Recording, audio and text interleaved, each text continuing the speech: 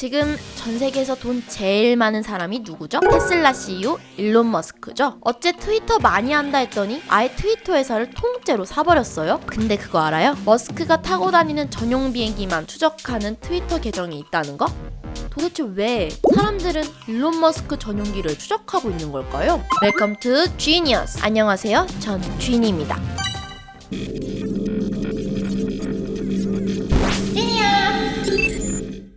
이 머스크 전용기만 추적하는 트위터 일론제, 이 계정이 올린 트윗 중에 전 세계에 주목을 받은 게 하나 있어요. 지난 5월 머스크가 캘리포니아 산호세에서 샌프란시스코까지, 그러니까 한 56km 되는 거리를 전용기를 타고 날아갔다는 거예요. 이게 한 차로 가면 40분 정도 걸리는 거리인데 전용기를 타고 얼마나 걸렸냐고요? 딱 9분 걸렸습니다. 그니까 우리나라로 치면 서울에서 인천공항까지 가는데 전용기를 띄운 거랑 비슷한 거예요. 이걸 본 네티즌들 신나게 조롱했죠. 아니 이럴 거면 뭐 화장실도 전용기 타고 가지 그래? 뭐 이런 식으로요. 이 일론젯 계정에 대해서 더 재밌는 이야기가 있는데 그건 뭐 뒤에서 하기로 하고, 아무튼 이렇게 자동차로 갈 수 있는 거리인데도 전용기를 타는 게 부자들 사이에선 참 흔한 일이에요. 그래서 이 일론 머스크 말고도 해외 셀럽들 전용기 때문에 욕 한 바가지 먹고 있습니다. 내 비행기 탈래? 아님 뭐 네 비행기 탈래? 20살 때 세계 최연소 억만장자로 등극했던 킴 카다시안의 동생으로도 유명한 미국 스타 카일리 제너가 한 말입니다. 남편이랑 전용기 2대 앞에서 사진 찍고 뭐 이런 글 올렸다가 아주 욕을 한 바가지로 먹었어요.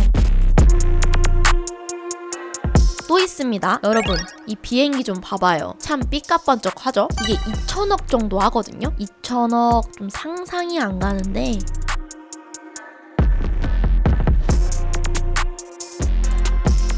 이게 그 에어 드레이크라고 In My Feeling 부른 그 유명한 미국 래퍼 드레이크의 전용기입니다. 드레이크도 최근에 이것 때문에 욕을 꽤나 먹었거든요. 얼마 전에 이 에어 드레이크가 캐나다에서 14분을 비행했는데 드레이크를 내려준 다음에 이 텅 빈 전용기를 근처 공항에 세워두려고, 그러니까 차로 비유하자면 주차하러 갔다는 건데 요 주차하는 데만 한국 돈 360만 원이 들었거든요. 부자니까 뭐 그 정도쯤이야 라고 생각할 수 있겠지만 일론, 카일리, 드레이크 다 욕먹는 데는 이유가 있어요. 단순히 꼴 보기 싫게 돈을 펑펑 써서? No. 전용기가 공중에 흩뿌린 게 돈뿐만이 아니거든요.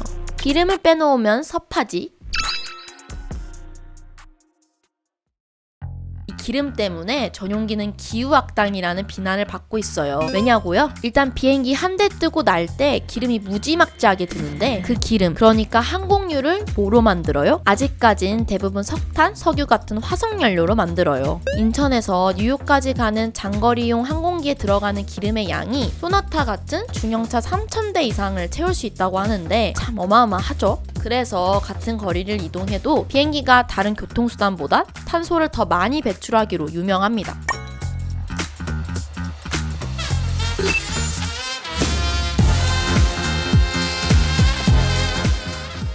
근데 한번 생각해봐요. 전용기엔 겨우 10명, 20명 정도 탈 텐데 같은 비행기라도 200명 탈 때보다 당연히 가성비가 떨어지지 않겠어요? 실제로도 전용기 1인당 탄소 배출량 민간 항공기랑 비교하면 적게는 5배, 많게는 14배까지 많아진다고 합니다. 또 전용기에서 1시간 동안 나오는 탄소는 2톤. 근데 유럽 한 사람당 1년 탄소 배출량이 평균 8.2톤 정도 되거든요. 그니까 간단히 말해서 전용기 4시간 타면 한 사람이 1년 동안 배출하는 탄소 배출량이랑 맞먹는다는 거죠. 그래서 전용기가 한 해 내뿜는 온실가스가 덴마크 전체에서 나오는 것보다 많다는 얘기가 있어요.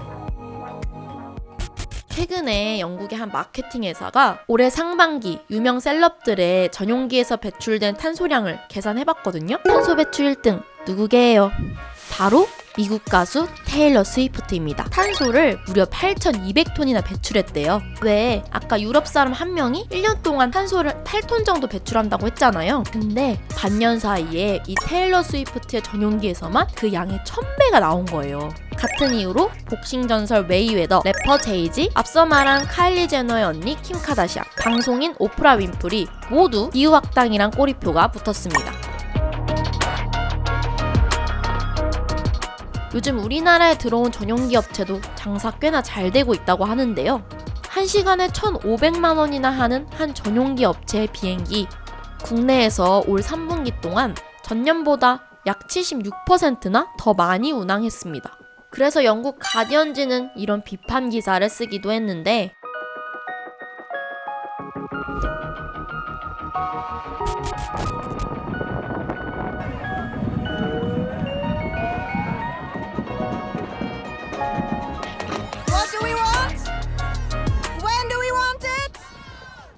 그러니까 친환경 전기차 만드는 일론 머스크도 이 전용기 사용에 대한 비판을 피하기 어려운 상황.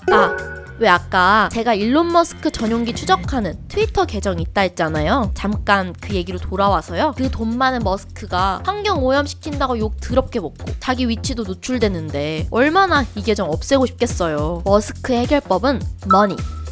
올해 1월 머스크가 이 계정 주인한테 한국 돈으로 600만 원 정도 줄 테니까 계정 좀 삭제해달라고 부탁을 했어요. 결과는 당연히 거절. 그렇게 돈 많으면서 600만 원은 좀...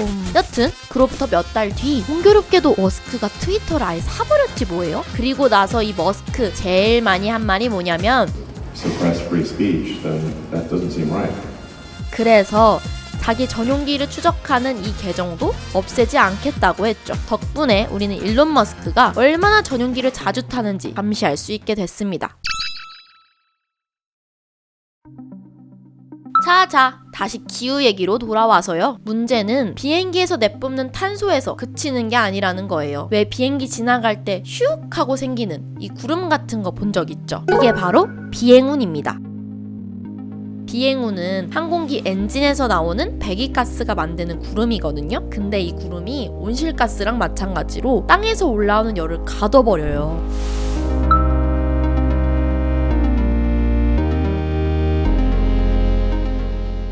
네이처 기후변화에 발표한 논문을 보면 비행운이 만드는 지구온난화 효과가 비행기 엔진이 배출하는 온실가스, 그러니까 탄소보다 더 강하다고 해요.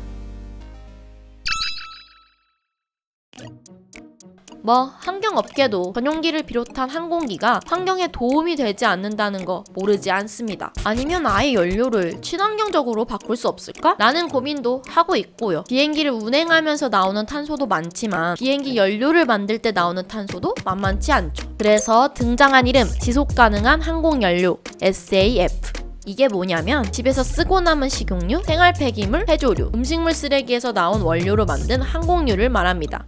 다들 왜 스카이스캐너 같은 데서 비행기 예약하려고 보면 친환경 옵션이라는 마크 본 적 있을 거예요. 지속가능한 항공연료를 쓰는 비행기에 이런 마크가 붙기도 합니다. 기존 항공기에 화석연료 대신 넣기만 하면 돼서 탄소 배출을 80%나 줄일 수 있대요. 아니 식용유로 비행기를 띄운다고? 이게 말이 돼? 라고 생각하고 있으시죠? 됩니다.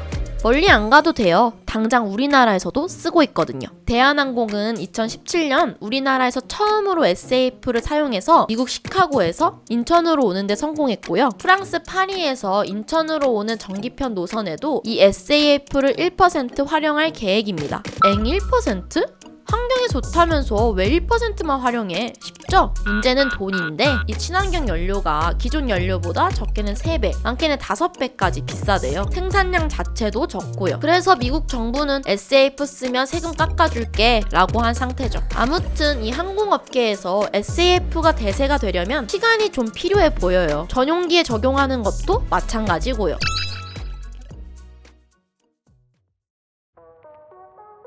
하긴 아예 안 타는 게 탄소 배출을 줄이는 가장 효과적인 방법인 건 맞습니다. 실제로 우리 전용기 좀 자제하자 라고 하는 나라들도 등장하고 있기도 하고요. 캐나다에선 10만 캐나다 달러를 넘는 전용기를 사면 세금을 내도록 하고 있어요. 그 이름하여 사치세.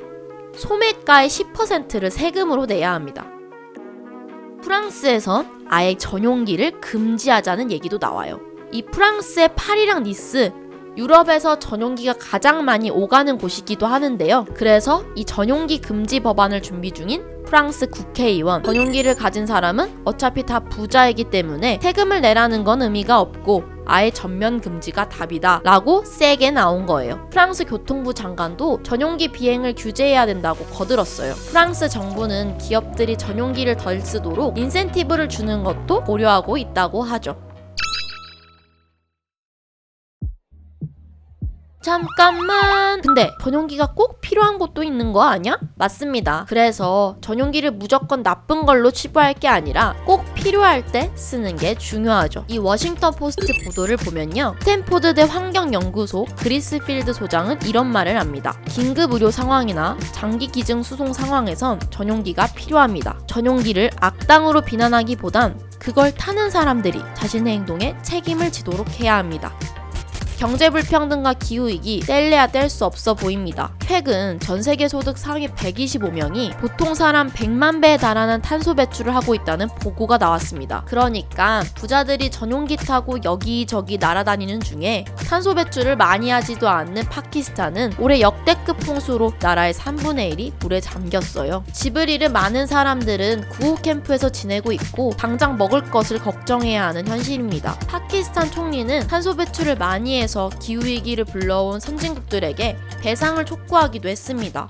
Despite our very low carbon footprints, and yet we became a victim of a man-made disaster. 이 세상엔 돈으로 해결할 수 없는 것도 있다는 걸 다들 잊지 말았으면 좋겠습니다. 그럼 지금까지 쥐니였습니다.